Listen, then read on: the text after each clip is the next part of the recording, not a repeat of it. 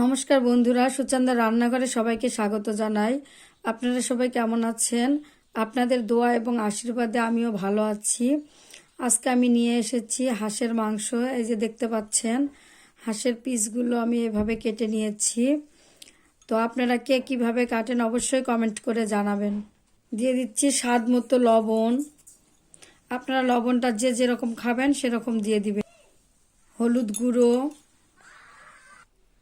মরিচ গুঁড়ো, ঝাল আপনারা যে যেরকম খাবেন সেরকম দিবেন। আমরা একটু ঝাল বেশি খাই, আর হাঁসের মাংস একটু ঝাল ঝাল না হলে ভালো লাগে না।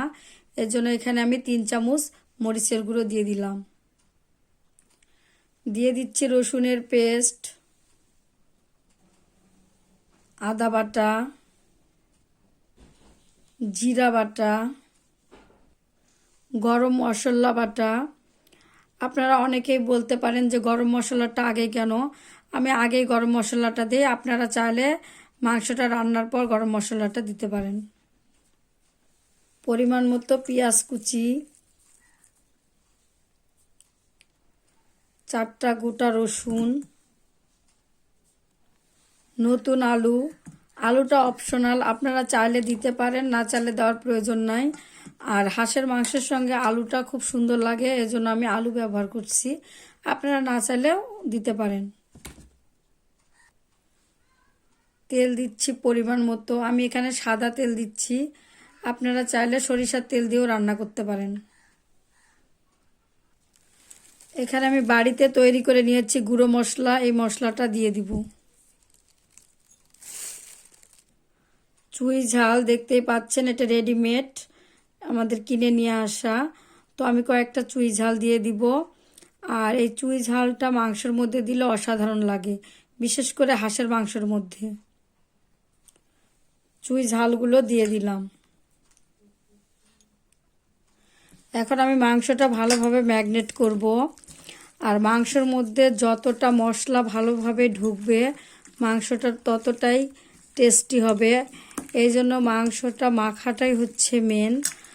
আর এই মাংসটা দেখেন, হাঁস হোক বা মুরগি বা খাসি, যে কোনো মাংসই হোক, আপনারা যতটা মেখে ম্যাগনেট করবেন ততটাই কিন্তু মাংসটা খেতে টেস্ট লাগে। আমার সমস্ত উপকরণ দিয়ে মাংসটা মাখানো হয়েছে। আর দেখেন, দেখতে কত সুন্দর লোভনীয় লাগছে। এখন আমি মাংসটা ম্যাগনেট করার পর 20 মিনিটের জন্য ঢাকনা দিয়ে ঢেকে রেখে দিব। 20 মিনিট পর ফিরে আসছি।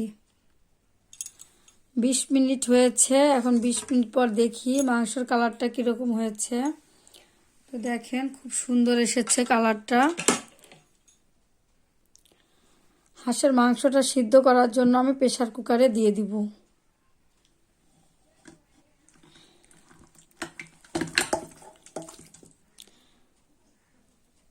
তাহলে মাংসটা আমার তাড়াতাড়ি সিদ্ধ হয়ে যাবে, রান্নাটাও ঝটপট হয়ে যাবে।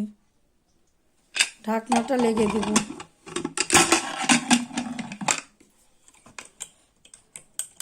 ভিডিওটা কেউ স্কিপ করে দেখবেন না, রান্না শেষে আবার দেখা হবে।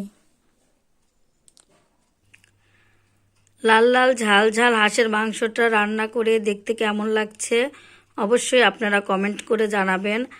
আর চুই ঝাল যেহেতু আছে, আমার মনে হয় মাংসটা অনেক টেস্টি লাগবে। আপনাদের যদি ভিডিওটা ভালো লেগে থাকে অবশ্যই শেয়ার করবেন, সাবস্ক্রাইব করে আমার পাশে থাকবেন। এই রেসিপিটি যদি আপনাদের ভালো লাগে বন্ধুদের মাঝে ছড়িয়ে দিবেন। আবারও দেখা হবে নতুন কোনো ভিডিও নিয়ে। আজ এ পর্যন্তই। সবাই ভালো থাকবেন, সুস্থ থাকবেন।